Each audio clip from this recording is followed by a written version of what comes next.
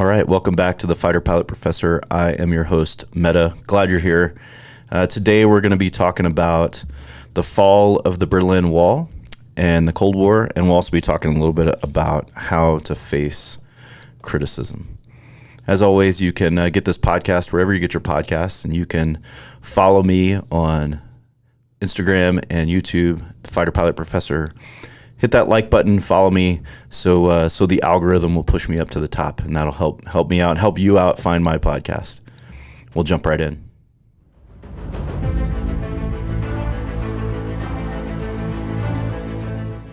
Welcome to the Fighter Pilot Professor podcast.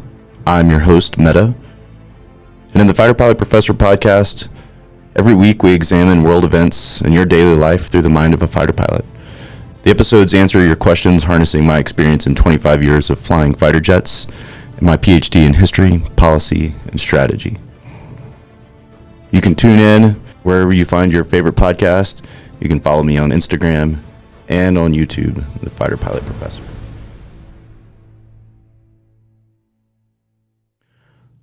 All right, so here we are, just past the 35th anniversary of the fall of the Berlin Wall. So, if you're in the younger generation, let's say, you don't really have a memory of this. I do. I'm that old that I remember all the way back to the late 1900s. And so on November 9th, 1989, the Berlin Wall started to come down. And it was a big deal. These famous pictures that you see of people crawling on the wall, it marked the end, really, of the Cold War between the United States and the Soviet Union. And also it marked the end of Soviet communism in Eastern Europe. Eventually, it marked the end of the collapse of the Soviet Union, or the beginning of the collapse of the Soviet Union, really. This obviously, it started, the Cold War, it started between the United States and the Soviet Union at the end of World War II. The U.S. and the Soviet Union were really the two remaining superpowers at the end of the war. The Soviet Red Army had marched across Eastern Europe, from the gates of Stalingrad and Moscow, past Berlin. And when the war ended in May of 1945, the Soviet Red Army occupied essentially from central Germany all the way east, a line that marked that. And that's effectively where, after the war ended, that's effectively where Soviet influence spread. Whereas anywhere that was east of that line through central Germany marked Soviet-controlled or Soviet-influenced communist states. And west of that line marked Western-influenced democracies. It even divided the nation of Germany into East and West Germany, and marked a really ideological struggle between the Soviets and the U.S. And the first person to begin the conversation around the idea of the Cold War arguably was Winston Churchill. He gave a speech in a small college in Missouri in 1946 where he first used the phrase the Iron Curtain to describe the sort of sealing off of Eastern Europe by the Soviets and the installation of communist governments in the Soviet sphere of influence. And so the Soviets really kept their forces. The Soviet Red Army stayed in Eastern Europe and in Eastern Germany. And this led to sort of a militarization, particularly in Germany, between Western powers, the U.S., France, Great Britain primarily, and the Soviet Union. There were several crises. We're not going to jump into all those along this, but eventually, it led to a division of the state of Germany into East Germany, which was communist controlled, and West Germany, which was democratic. And Berlin, the city of Berlin itself, was divided between communist-controlled East Berlin and democratic West Berlin. And in August of 1961, the Soviets actually constructed a wall along that east-west barrier between East Germany and West Germany, and specifically in Berlin. And the reason why the Soviets did this, frankly, is because there was, in a sense, a brain drain from Eastern Europe. A lot of academics and specialists in science and math, etc., were fleeing Eastern European nations to the West because the Soviets were often sort of conscripting them into their projects, so their military projects, their scientific research projects, etc. And so as a result of that, the academics and specialists were fleeing, and a lot of economic resources were fleeing as well. So business owners, other industry, etc., were moving out of Eastern occupied nations and into Western Germany, into West Germany, into other Western nations. And so in order to sort of stop that flow, the Soviets constructed this wall in 1961, and it effectively became a militarized border between, the democratic West and the communist East. Obviously, the Cold War marked a lot of tension, threat of thermonuclear war and the ideas of mutually assured destruction as the U.S. and the Soviet Union built their nuclear deterrent forces and nuclear missiles and the space race and other things. And although it wasn't an open hostile shooting war, it was this ideological war. And then obviously the U.S. and the Soviets fought several conflicts, including where Soviet forces and U.S. forces fought each other. So, from the U.S. perspective, primarily in Korea and in Vietnam. There were obviously conflicts in other places, the Soviets eventually fighting in Afghanistan. And so you see these sort of hot wars breaking out along the peripheral of U.S. and Soviet interests, even though the Soviets and the United States never really went to open warfare between each other. There was this steady level of conflict between the two nations. In the 1980s, the Soviet Premier Gorbachev attempted, and there had been, sort of a decade or so of thawing relationships between the U.S. and the Soviet Union during the end of the Nixon administration, Carter, Ford, and then there was some thawing of relationships when Ronald Reagan came into power. He took a slightly harder line, and sort of in response, the Soviet Premier Gorbachev instituted reforms within the government. And in sort of an opening of Soviet and Eastern European communist control. So there was more trade, there was more travel, etc.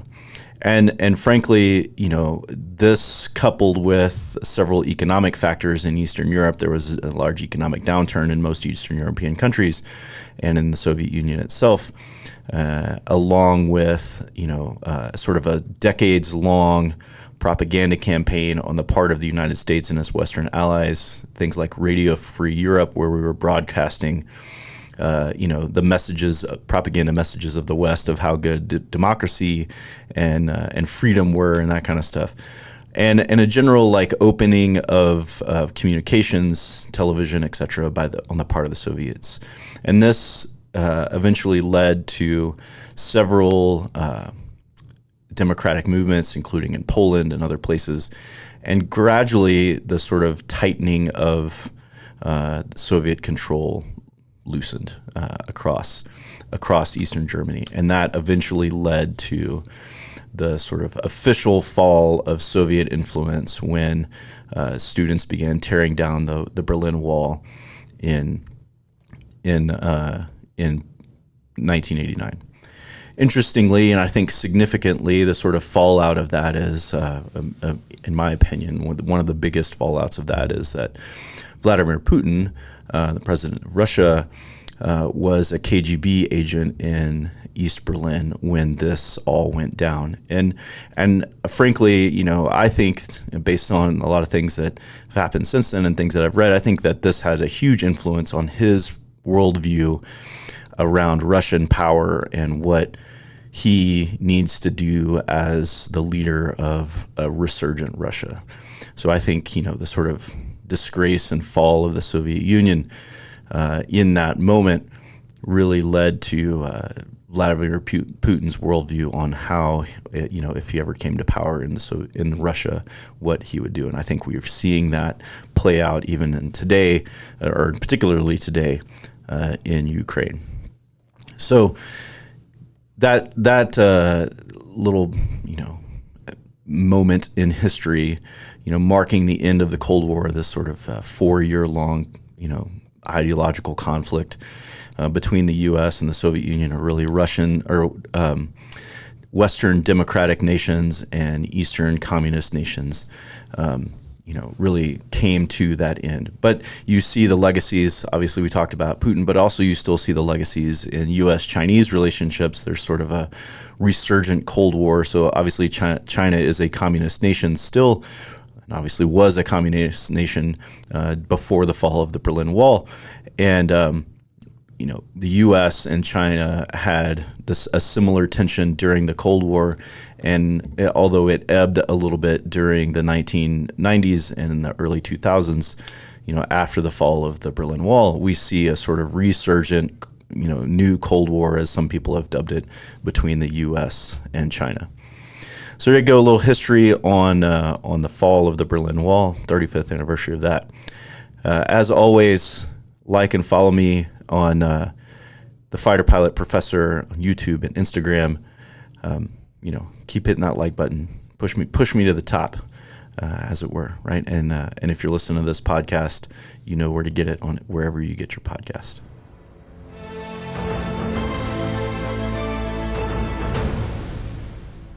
All right, so we'll jump into a topic about how do I face criticism. And I recently listened to talk at my church about, and during that discussion, the pastor brought up Teddy Roosevelt's Man in the Arena speech, which I'm a huge fan of. I'm a huge fan of Teddy Roosevelt. I think he's a really interesting character. But the sort of gist of the Man in the Arena speech is, that it's not the critics, right? The critics are not the people that count. It's the man in the arena that's willing to risk everything in order to win or lose, and the critics effectively, while they say words, their words are sort of hollow because they are not the ones risking those things, right? In a similar vein, I also like the Rudyard Kipling poem "If." Again, in the poem "If," he talks about listening to the crowds and listening to kings and not listening to them, and keeping walking with commoners and walking with kings and keeping your common touch, and basically sort of how do I balance my life between the sort of highs and lows, the thrill of victory and the agony of defeat, and sort of trying to keep a sort of moderate middle with all of those fluctuations. And so I think those two things are good to keep in mind when you're talking about facing criticism. And a while back, I was on a podcast and talked about, how do I measure criticism, and whose words do I trust? And we talked about the sort of closeness of the relationship with you, the expertise that they might have, right? As being two criteria with which you might measure critique. So, as Roosevelt points out, if you're going to be somebody who is willing to step out into the arena, right? If you're going to be somebody who's going to be a public figure, run for, student government or actual government, right? If you're going to publish a book, if you're going to, whatever, if you're going to try to achieve fame, or if you do achieve fame, if you're going to have a podcast even, right? Whatever it is, if you're going to step out there and try to do something that's worth doing, that's hard and challenging and frankly public facing, particularly if you tell people that you're going to do this thing, then you're going to face criticism. It's just a fact of life. People will look at your actions and they will judge them, for better or for worse. That's just how it's going to be. And sometimes, for better, like I said, they will judge your actions, and they will say, hey, look, I think you're doing a great thing, but maybe here's where you're straying or falling or whatever, right? And maybe you should consider these things. On the other hand, people are just, internet trolls are everywhere. People are just going to try to tear you down. Why? Because that's just the unfortunate nature of humans. When they see somebody succeeding, they often try to tear them down. And I think that's a little sad. But, I think while, as Kipling points out, you have to listen to what those people are saying to some degree. You can't always abide in the thing that they say. And so, as I discussed on the Be One, Change One podcast a while back, there's sort of criteria that I go about of judging critique. One is, well, how close is my relationship with this person, right? Is this a random internet troll? Is this a close friend of mine? Is this a colleague, etc.? And I will take that into account. It's not to say that I will totally disregard all internet trolls and only listen to the people that are closest to me, but obviously the people that are closest to me, they care about me. They have a vested interest in my success, and they are genuinely looking out for my well-being. And so for that reason, I will weigh their advice, their critique differently than I will weigh the advice or critique of an internet troll, right? Similarly, if somebody has expertise in a field that you are into, right? Finance, podcasts, whatever, right? It will serve you well to take advice from a person who has traveled the road that you are traveling on. This is why we have instructor pilots in the world of flying, right? It's just to teach you how to do the thing, right? This is exactly what teachers are in school and college, professors, etc., right? Mentors are teachers, right? They are the people that have traveled these roads before you, and they see the pitfalls that you will face. They've faced the critique that you are facing, etc., right? And so if they are experts in that field, then you should, or likely, right, consider their advice.